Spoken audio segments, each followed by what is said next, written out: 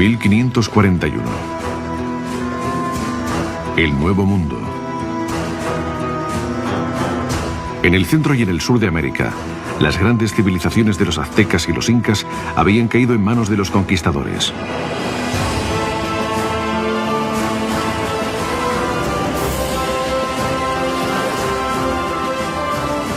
Sin embargo, la mayor parte del norte del continente americano estaba aún sin explorar. 2 años antes, el general español Hernando de Soto había desembarcado en las orillas de Florida y con un ejército reducido se adentró en el interior en busca de oro y esclavos.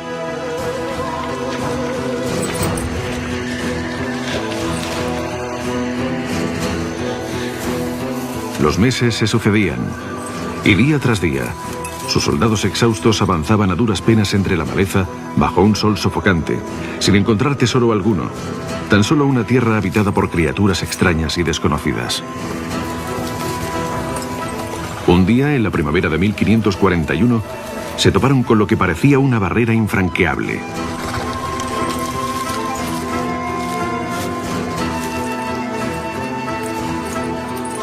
Un imponente río que les impedía avanzar hacia el oeste.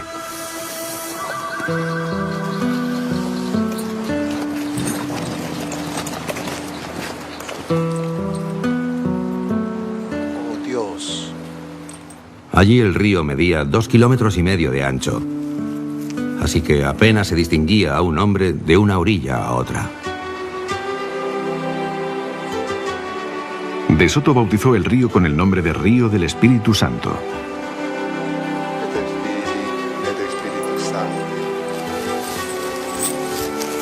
Los indios lo llamaban el Mississippi, que significa Padre de las Aguas, y ahora también se le conoce como Old Man River.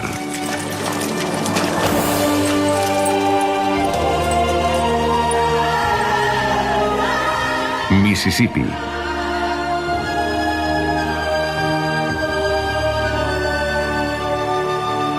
La Gran Barrera.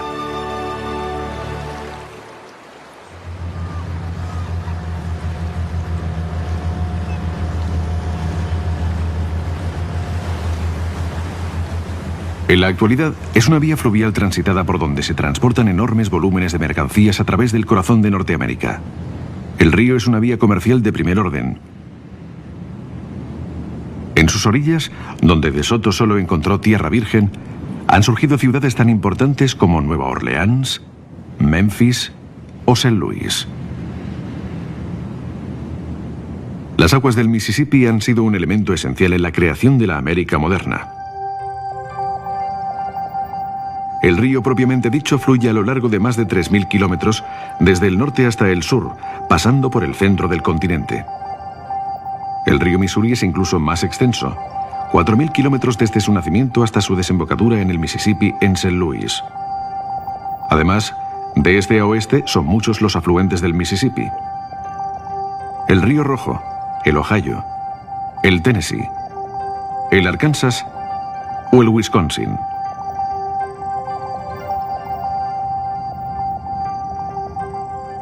Sin embargo, el imponente Mississippi tiene unos orígenes muy humildes, en un lago apacible en el norte de Minnesota.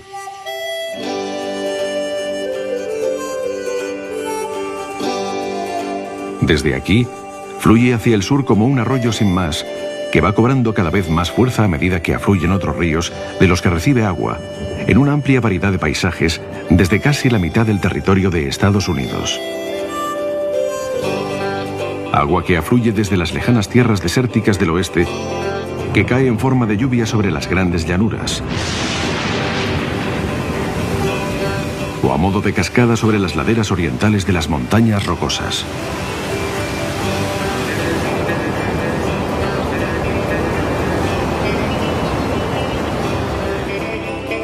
Al este, el Mississippi recibe el agua procedente de las crestas redondeadas y los valles de los antiguos Apalaches, desaguando a través de bosques milenarios y de incontables riachuelos en dirección al gran río.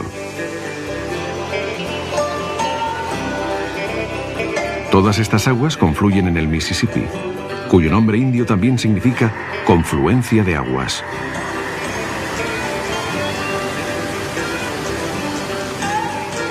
a medida que aumenta de tamaño, crea extensas ciénagas, unos bosques sumergidos que albergan una fauna y flora sorprendente.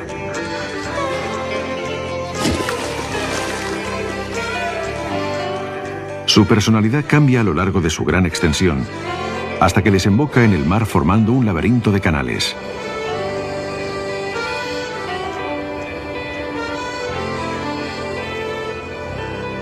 De igual modo, los variados paisajes del río han dado lugar a una gran diversidad de culturas.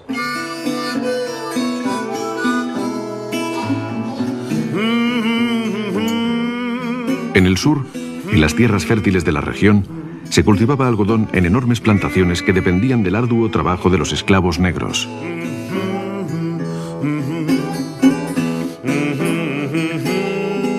Sin embargo, estas penurias dieron origen a un aspecto imperecedero de la cultura del Mississippi: el blues. I'm a hard-working man. I'm a hard-working man. From morning till late, can't get it out of my head until I get old. I'm gonna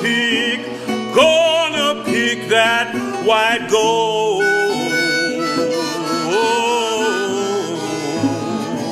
And I'm gonna stay till old man River take me away.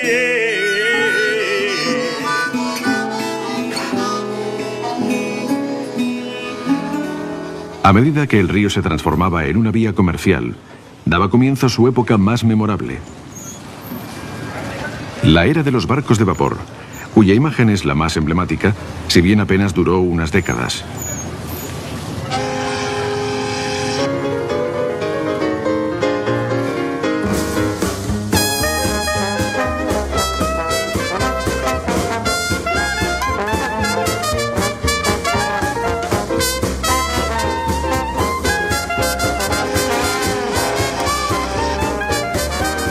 Los barcos de vapor construidos apresuradamente iban cargados de fardos de algodón, y con frecuencia los resultados eran desastrosos. El río tampoco es que contribuyera. Era un lugar peligroso lleno de troncos hundidos y bancos de arena ocultos, capaces de hacer naufragar a un endeble barco de vapor. El río estaba plagado de restos de naufragios, pero a cada uno de los barcos le bastaba con hacer un par de trayectos bien cargado para que resultara rentable.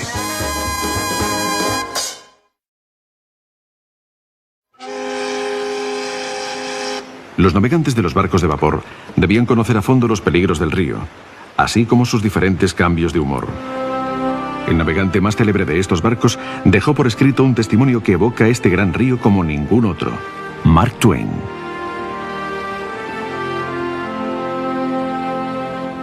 No es un río cualquiera, sino todo lo contrario. Es un río excepcional en todos los sentidos. Además, su afluente principal, el río Missouri, es el río más largo del mundo, con unos 6.800 kilómetros. Se puede decir, sin temor a equivocarse, que también es el río más sinuoso del mundo, ya que en una parte de su curso emplea hasta 2.000 kilómetros para cubrir la misma extensión que un cuervo cubriría volando en 1.000. Descarga 3 veces más agua que el río San Lorenzo, 25 veces más que el Rin y 338 veces más que el Támesis.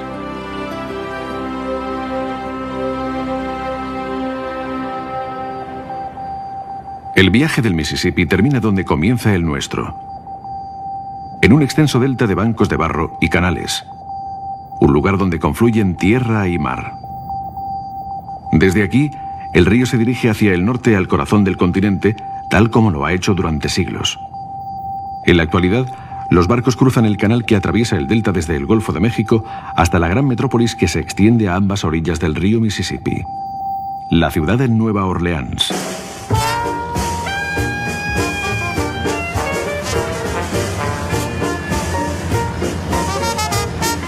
Nueva Orleans fue fundada en 1718 por los franceses como enclave comercial y como fortaleza para proteger la vía fluvial y las grandes cantidades de pieles que se encontraban a lo largo de sus 4.000 kilómetros. Un viaje en el tiempo a esta época nos revela un mundo muy diferente de esta metrópolis moderna.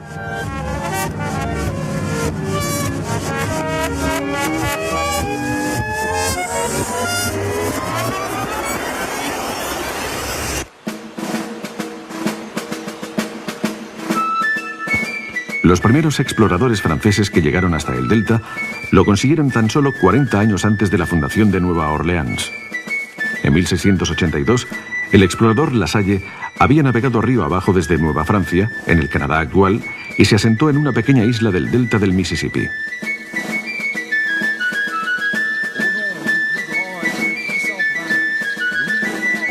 Sus hombres erigieron una cruz de madera y con una sencilla ceremonia reclamaron para Francia el valle del Mississippi y la tierra que quedaba al oeste, territorio que bautizaron con el nombre de Luisiana, por el rey francés Luis XIV.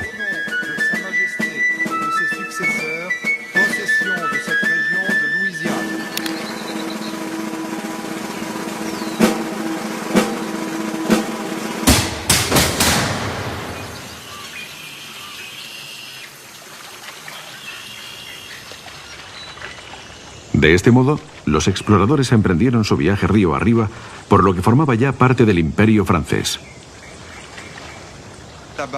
La tierra que atravesaron contaba con una rica fauna y flora.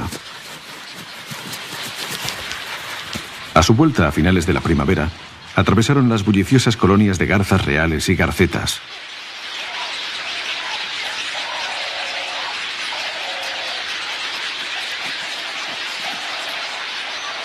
Las espátulas rosadas añadían una nota de color.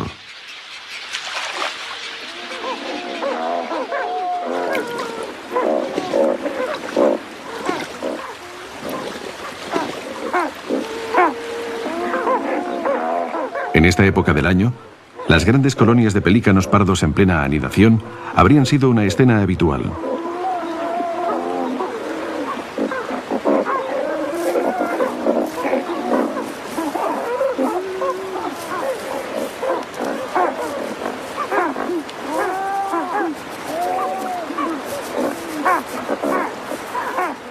Las aves adultas recogen los peces de las fértiles aguas y los transportan a las colonias de nidos.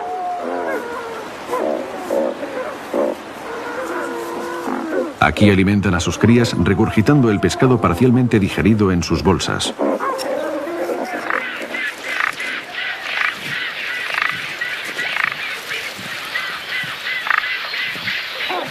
La anidación en los matorrales dificulta el aterrizaje de estas aves de gran tamaño, sobre todo porque los nidos están a menudo muy próximos unos de otros.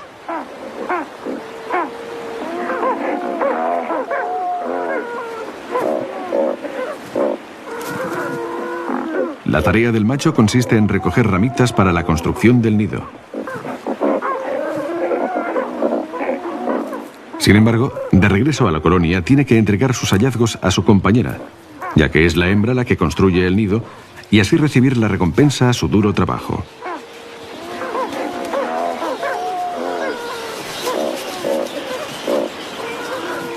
Los machos se aparejan cuantas veces lo deseen, porque de este modo se aseguran de ser los progenitores de la prole que ayudarán a criar.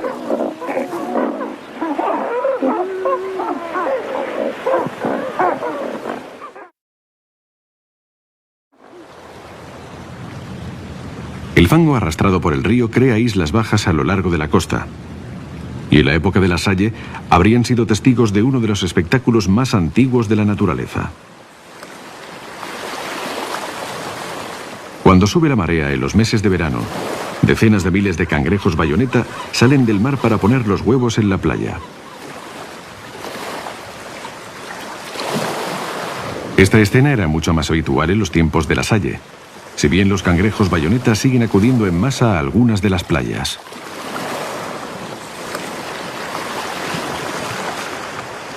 Los cangrejos bayoneta no son en realidad cangrejos, sino parientes cercanos de las arañas y de los escorpiones.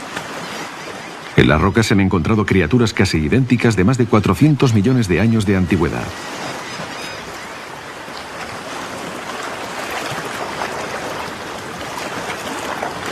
Por tanto, estas escenas primitivas se habrán repetido cada año mucho antes de la existencia del río Mississippi. En la playa, los huevos de los cangrejos están a salvo de los depredadores del océano. Y cuando la especie adoptó este hábito, no había apenas peligro en tierra. Sin embargo, los tiempos han cambiado. Ahora las aves limícolas calculan con exactitud sus migraciones para llegar a estas islas y a sus playas cuando está disponible un festín de huevos de cangrejo. A finales de la primavera, las playas son invadidas por decenas de miles. Estos correlimos semipalmeados han viajado desde Sudamérica y aún les queda por delante un largo trayecto hasta los lugares de cría del Alto Ártico.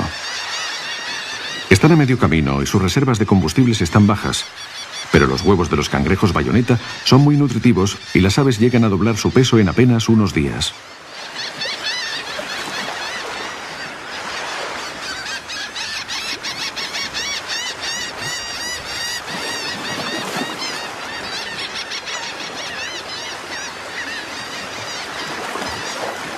A los correlimos se les unen las bandadas escandalosas de gaviotas reidoras. Además, los residentes del Golfo también aprovechan esta fuente de alimento de alto valor energético. Cuando las aves limícolas han repostado y están listas para continuar, el río Mississippi les guiará en su viaje hacia el norte.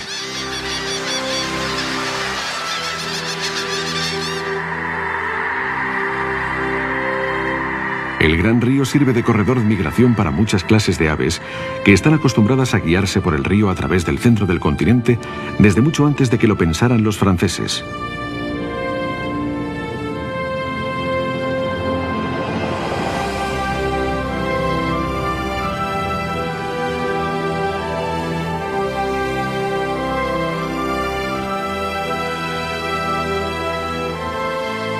Durante la exploración del delta inferior, Lasalle y sus compañeros tomaron nota de todo cuanto encontraban, aunque no parece que se percataran de una de las criaturas de mayor tamaño que en ocasiones visita el delta procedente del sur.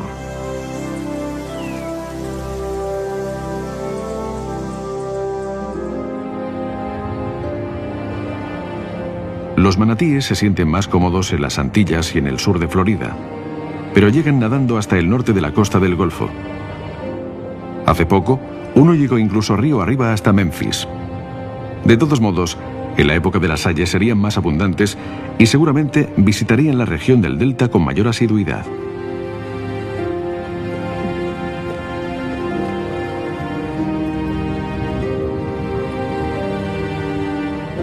La vida de los manatíes parece transcurrir a cámara lenta. Son herbívoros y comen 40 kilos de plantas cada día.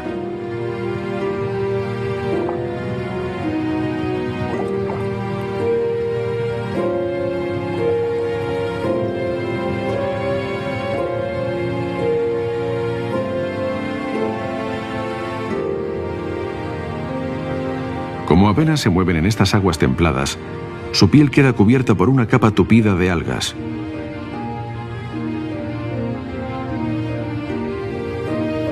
Al permanecer inmóviles, en un estanque en calma, atraen a cientos de peces para que les limpien la piel.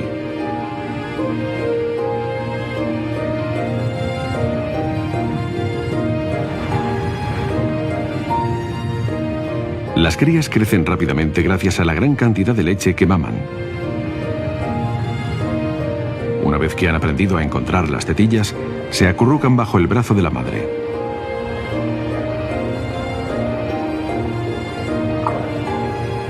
Aunque Lasalle no llegó a ver a estas enormes criaturas, los exploradores españoles que llegaron al sur fueron testigos de muchos ejemplares. Es perfectamente posible que las canoas francesas navegaran sobre las espaldas de estos gentiles gigantes sin darse cuenta de su presencia.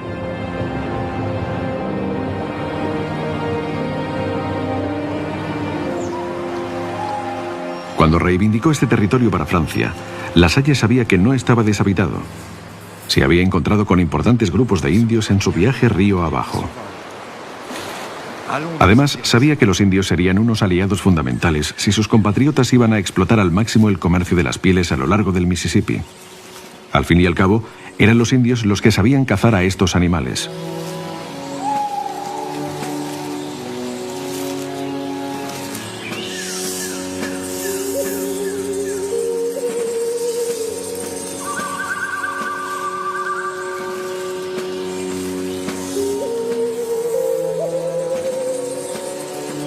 El primer contacto era siempre arriesgado. Un auténtico momento de pánico que en cualquiera de los bandos podría resultar mortal. Attention, allons-y doucement.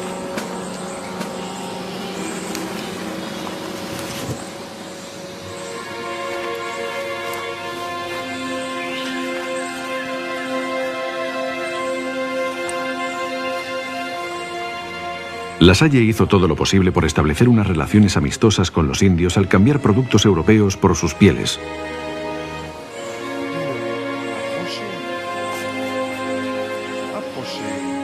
Ninguna nación india había trabajado antes con el hierro, así que los objetos de metal, como los cuchillos, eran muy apreciados.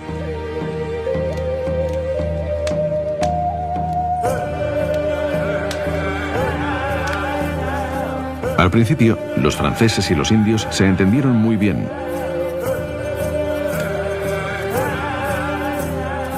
Condujeron a Lasalle hasta la aldea mayor de los indios Natchez para presentarlo ante el gran jefe, llamado el Gran Sol, igual que su propio Rey Sol, Luis XIV.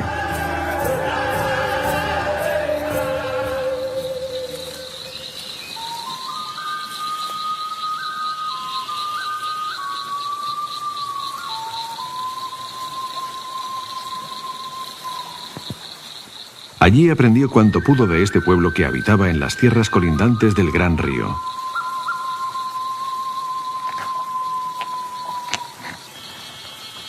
Los Natchez cazaban en los bosques frondosos que había a lo largo de las tierras inundadas por el río. Observó métodos muy ingeniosos de pescar en las aguas del río y en sus ciénagas. En lugar de metal, utilizaban huesos y conchas para fabricar arpones.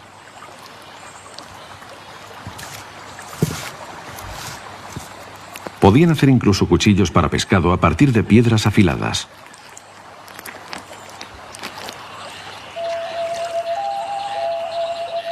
Además, conocían el río muy bien. Mucho antes de la época de los barcos a vapor o de las barcazas, utilizaban el río como vía comercial para conseguir de otras tribus los productos que no producían en su aldea.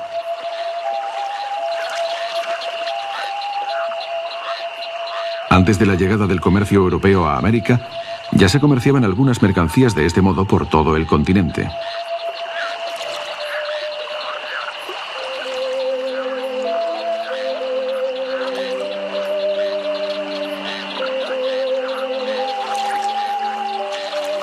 Con todo, el Mississippi es un río que cuesta conocer.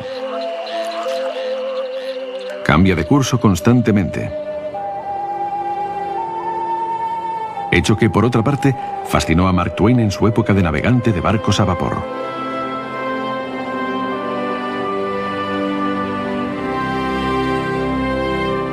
Prácticamente la totalidad de los 2000 kilómetros del río Mississippi que Lasalle navegó en sus canoas hace 200 años es ahora tierra seca de calidad.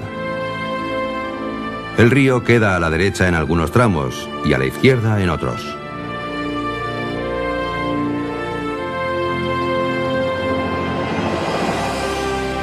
El río siempre ha cambiado de curso de esta manera, aislando lagos en los meandros antes de encontrar un nuevo curso, dificultando así las tareas de los barcos a vapor.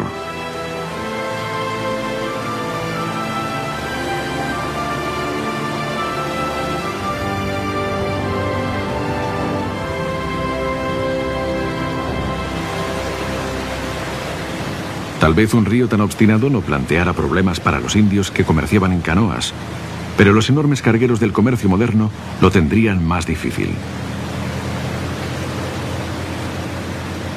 Sin duda, era necesario hacer algo. En 1907, el Congreso encomendó al Cuerpo de Ingenieros del Ejército la misión de mantener un canal de navegación de 1,80 m de profundidad a lo largo del río, dragando el lecho y construyendo diques.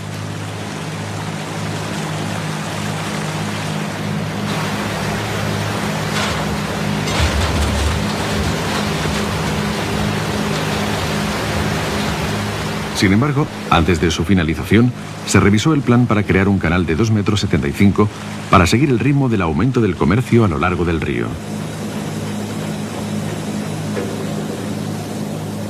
Además, se construyó un muro de cemento para evitar que tomara un nuevo curso. Fue uno de los proyectos de ingeniería fluvial de mayor envergadura jamás llevado a cabo. De todos modos, todo este trabajo no beneficiaba solamente al tráfico fluvial. Sin un control como este, el río se desbordaría y provocaría inundaciones cada 3 años.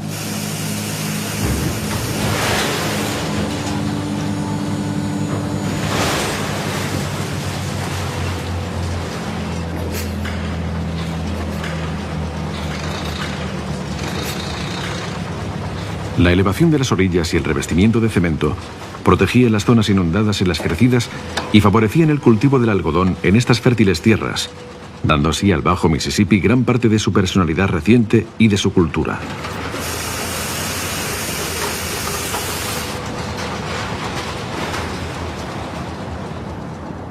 Al mismo tiempo, se construyeron diques en el Alto Mississippi para que fuera lo bastante profundo para que navegaran cargueros. Estas esclusas elaboradas construidas en las presas facilitaban a las barcazas su ascenso por el río siguiendo unos pasos sencillos. Sin embargo, miles de kilómetros de diques pronto empezaron a cambiar la personalidad del viejo río.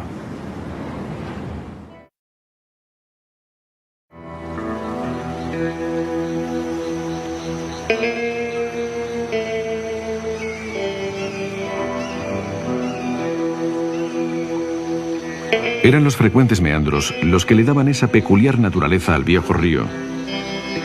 Un sinfín de pantanos y ciénagas donde es posible retirarse del mundo moderno y apreciar un río muy diferente, tal como hizo Mark Twain en sus muchos viajes a lo largo del río que amaba.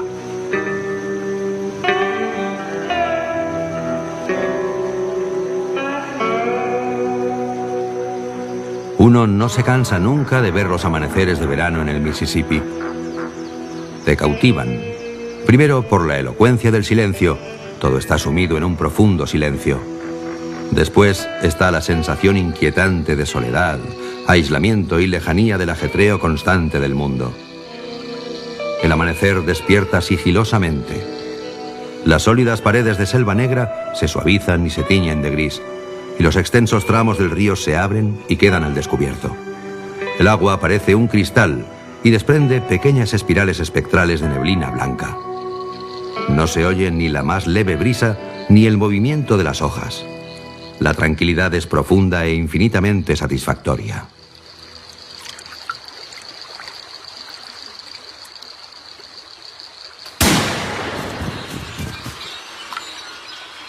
Fue en las orillas de estos apacibles pantanos donde los franceses encontraron el dorado, pero no en forma de oro, sino de pieles, especialmente de castor.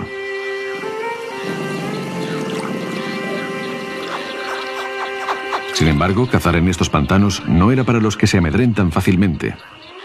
A medida que se adentraban más los cazadores de pieles, descubrieron que los pantanos estaban infestados de enormes caimanes.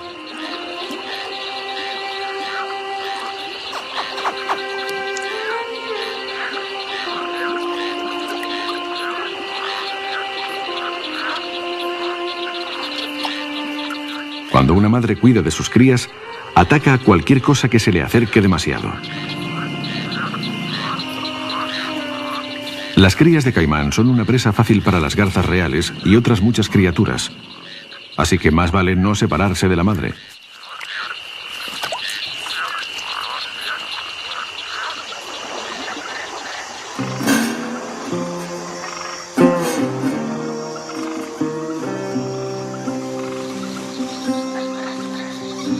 Las jóvenes zarigüeyas tienen el mismo parecer. Cuando son pequeñas, su madre las lleva en su bolsa, y cuando ya son demasiado grandes, se agarrarán al cuerpo o a la cola de la madre.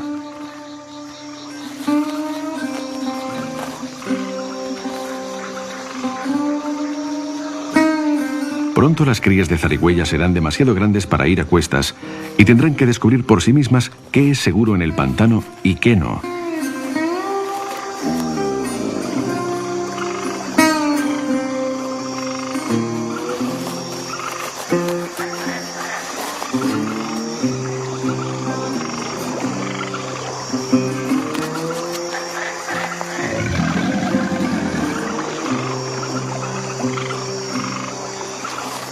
Afortunadamente, a este caimán adulto no le merece la pena molestarse por una cría de zarigüeya, sobre todo teniendo en cuenta que se dirige a recuperar los restos de un ciervo que guardaba en el fondo del pantano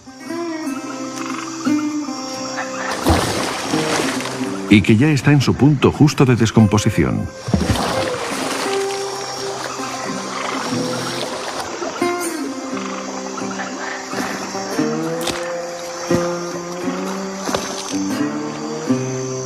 Los cazadores de pieles franceses enseguida conocieron de primera mano estos pantanos y ciénagas.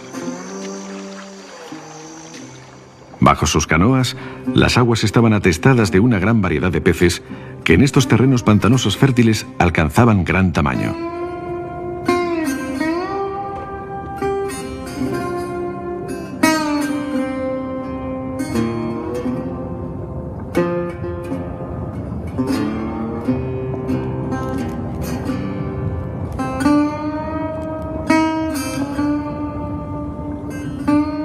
Uno de los peces de mayor tamaño de Norteamérica vive aquí, el pez alligator, que llega a alcanzar los 3 metros de largo y que, como su nombre indica, es un depredador y está provisto de centenares de dientes afilados.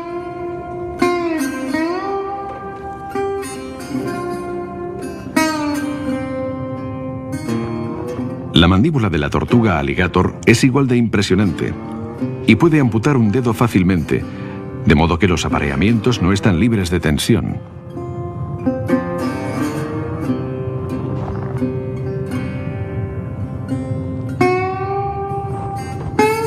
Tanta actividad es poco habitual para una tortuga alligator que por lo general se suelen ocultar en el fondo del pantano a la espera de que se acerque algo apetecible.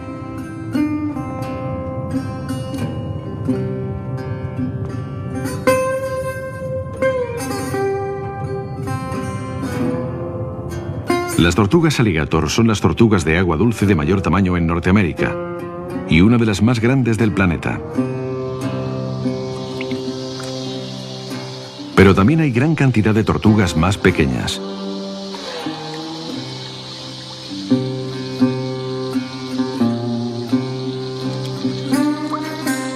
Los pantanos están repletos de troncos caídos que aprovechan las tortugas para disfrutar del sol.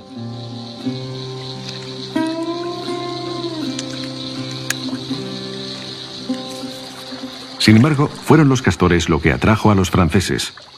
Convertían su piel en fieltro y lo utilizaban para fabricar sombreros, un negocio que creció tanto que la piel de castor se convirtió en una unidad monetaria aceptada. Cuando los franceses se asentaron en el valle del Mississippi, el número de ejemplares de castores era incalculable. Estaban por todas partes. Sin embargo, aunque los franceses cazaban en busca de comida mientras vivían en plena naturaleza, no cazaban castores.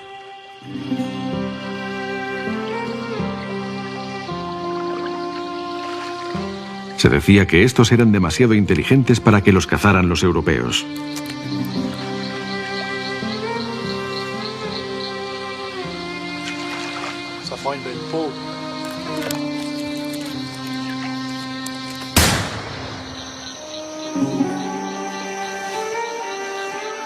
Eran los indios los proveedores que abastecían el mercado con la piel de los castores.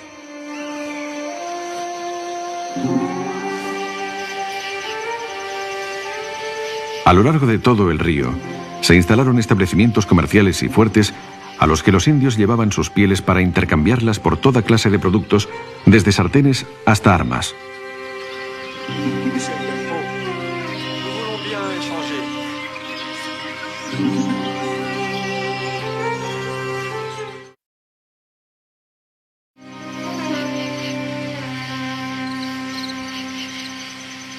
Uno de estos fuertes, el fuerte Rosalie, se levantó cerca del lugar del encuentro entre la Salle y los indios Natchez. A medida que se expandió el comercio, las relaciones se deterioraron, pero para entonces los indios ya contaban con armas. En 1729, la revuelta de los Natchez empezó con un asalto al fuerte Rosalie y los franceses contraatacaron.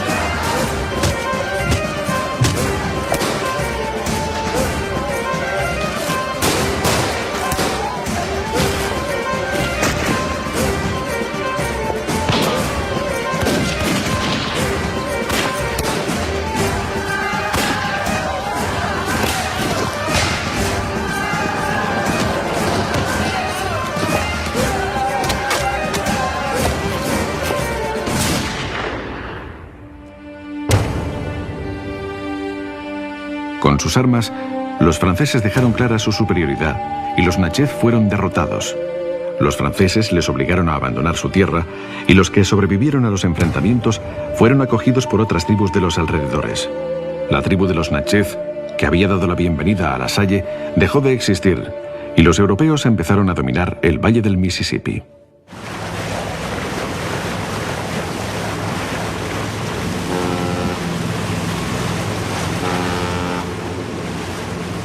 En la actualidad es evidente que se ha conseguido dominar al río. Está bien contenido mediante diques y sirve de ruta a través del continente para incluso la mayor de las cargas, aunque no hay que fiarse de las apariencias.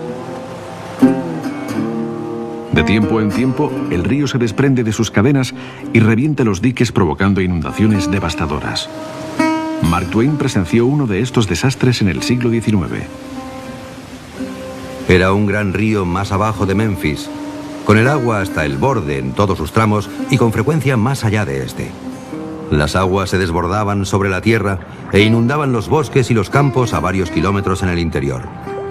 Y en algunos lugares hasta llegar a los 4,5 metros de profundidad, llevando a la ruina el trabajo duro de los hombres y obligando a reconstruirlo todo con medios escasos y el coraje debilitado. El río volvió a hacer lo mismo en 1993, cuando miles de diques se rompieron y los ríos Mississippi y Missouri se desbordaron e inundaron grandes áreas, desde Dakota del Norte a Illinois. En agosto de 2005, el huracán Katrina azotó la ciudad de Nueva Orleans. Una vez más, los diques volvieron a romperse y el 80% de la ciudad quedó inundado. Si nos dirigimos hacia el norte, son muchos los ríos caudalosos que confluyen en el Mississippi. Desde el oeste, el río Arkansas arrastra sus aguas desde Colorado.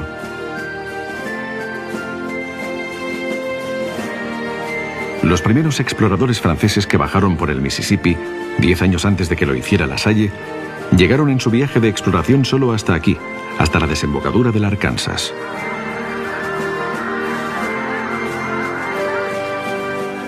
El padre Marquette, sacerdote jesuita, y Louis Joliet, explorador, habían viajado desde los Grandes Lagos en Nueva Francia hacia el sur por el río Fox. Desde allí, los indios Menominee les guiaron por tierra hasta el río Wisconsin, que decían que llevaba hasta un río de mayor tamaño.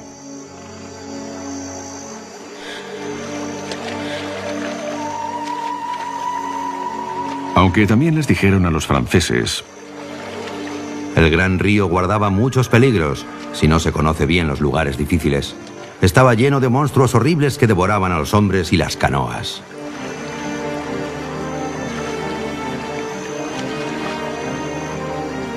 El río Wisconsin les llevó hasta el Mississippi, esperando que éste les condujera hacia el oeste, a través del continente, hasta el Pacífico. Sin embargo, les llevó hacia el sur, y no tardaron mucho en encontrarse con los monstruos de los Menominee. En ocasiones nos topábamos con un pez monstruoso que sacudía la canoa con tal violencia que pensé que se trataba de un árbol enorme a punto de romper la canoa en pedazos. Seguramente se encontraron con uno de los siluros gigantes del Mississippi que puede llegar a pesar más de 45 kilogramos. De todos modos, había muchas otras especies de peces monstruosos en el río. Por ejemplo, el esturión.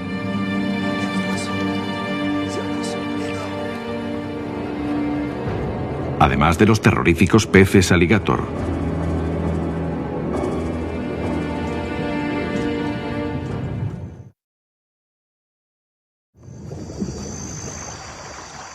El padre Marquette tomaba apuntes detallados de su viaje, que describían en profundidad la vida en el Mississippi en vísperas del descubrimiento europeo. Pronto aprendieron a sustentarse con lo que les ofrecía el río. Fue entonces cuando descubrieron un pez de lo más insólito. Cuando echamos las redes al agua, pescamos esturiones y una especie extraordinaria de pez. Se parece a la trucha, pero con una diferencia: su boca es más grande.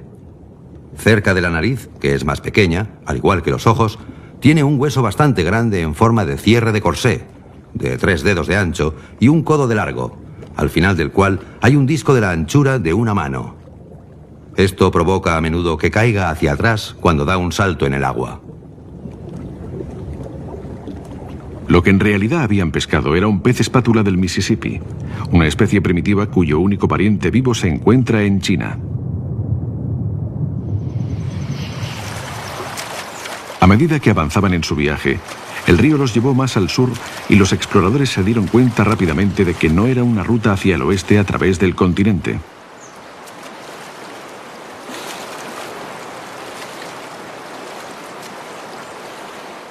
La ruta los condujo hasta lo que hoy es Tennessee, pasando por un lugar que sería transformado increíblemente en los 3 siglos y medio desde que sus insignificantes canoas de corteza de abedul navegaron por allí. Memphis, Tennessee, lugar de encuentro de diferentes culturas y fuente de la música tan característica del Mississippi moderno.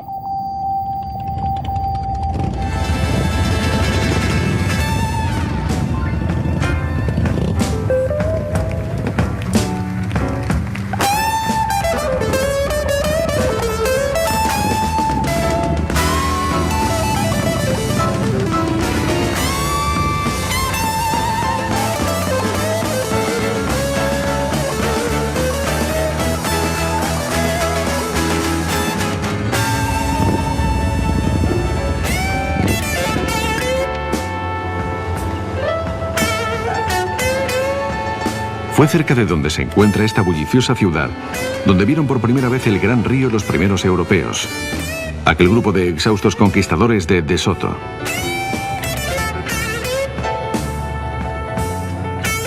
En la actualidad, el puente de De Soto cruza el río, y solo se tarda 1 minuto o 2 en cruzarlo. Pero si volvemos a aquella época,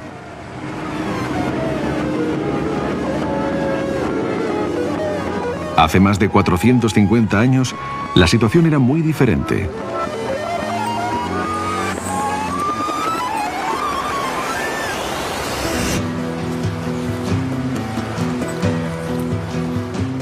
Cuando el propio Hernando de Soto llegó aquí en 1541, el río era una gran barrera.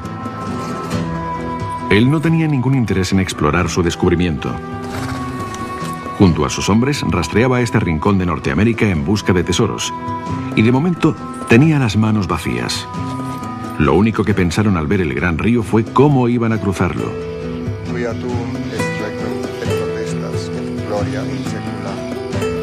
Perdieron los ánimos al darse cuenta de que tardarían 1 mes en construir suficientes balsas para trasladar a su pequeña legión a la otra orilla para continuar su viaje.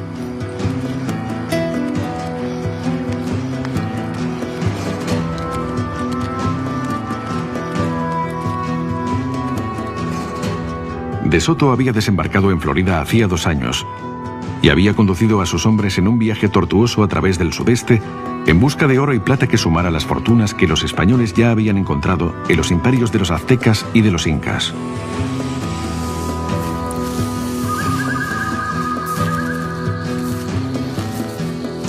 El viaje a través de estas tierras inhóspitas no fue fácil y sus hombres a menudo pasaban hambre.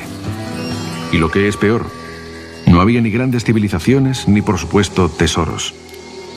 Era como si la tierra y las criaturas que vivían en ella se rieran de ellos.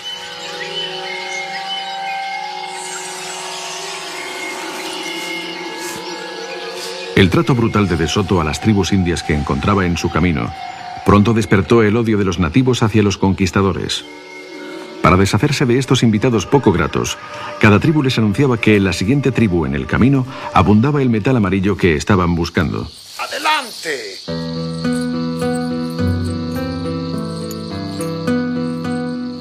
De este modo, el ejército de españoles ávidos de oro se adentró en un territorio desconocido plagado de extrañas criaturas.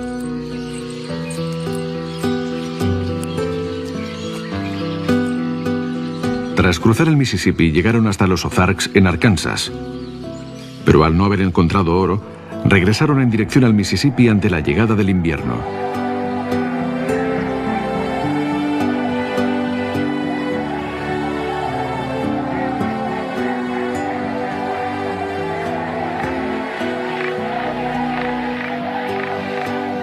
Ni siquiera los agotados conquistadores dejaron pasar por alto el espectáculo otoñal de las aves migrando río abajo.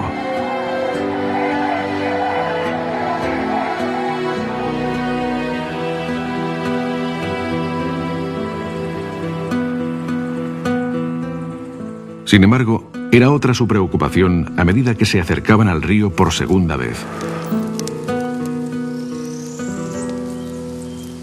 De Soto estaba gravemente enfermo.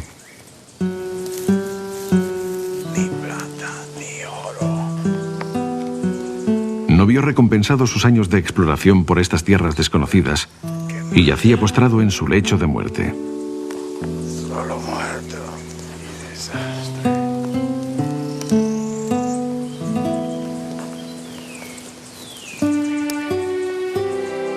En la primavera de 1542, falleció en la orilla del Mississippi.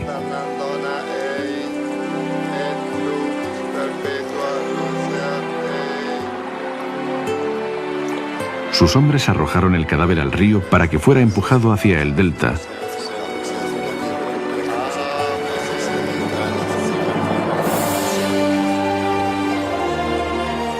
Para luego, finalmente, dirigirse río abajo con la esperanza de que les llevara de nuevo hacia Nueva España. Así fue. Es probable que pasaran por el lugar que se convertiría más tarde en Nueva Orleans, casi 300 años antes de que se hiciera famosa por sus barcos de vapor.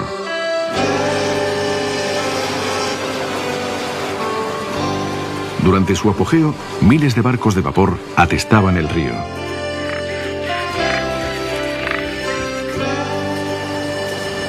Se trataba de una nueva amenaza para una criatura de movimientos lentos como el manatí. Cada año se celebraba una carrera de barcos de vapor desde Nueva Orleans a St. Louis. En tan solo 3 días, estos barcos cruzaban los diferentes hábitats del río Bajo.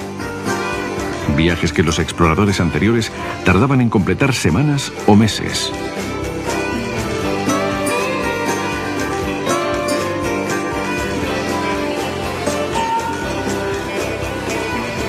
La carrera de barcos de vapor finalizaba en St. Louis, un punto decisivo en la historia del Mississippi. El arco de 192 metros que domina su línea del cielo es una puerta simbólica al oeste, aunque también hay una puerta real al oeste. Al norte de la ciudad, el río Missouri confluye con el Mississippi y desde allí conducía a los exploradores hacia el oeste a través del continente hasta paisajes totalmente distintos de los del Bajo Mississippi.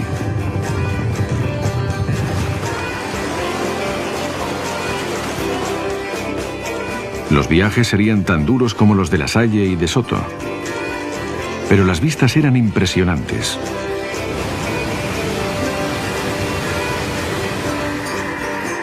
En cuanto al propio Mississippi, hay más de 2.400 kilómetros desde St. Louis hasta el nacimiento del viejo río, a través de paisajes muy diferentes a los del Bajo Mississippi. Todo un viaje de exploración con nuevos e inesperados desafíos.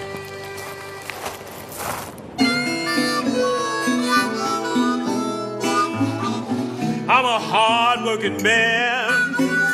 I'm a hard-working man. From morning to late, can't get it out of my head. Until I get old, I'm gonna pick that white gold. Old Man River going past, Old Man River going fast, Old Man River free, Lord, I'm free at last, and I'm gonna stay till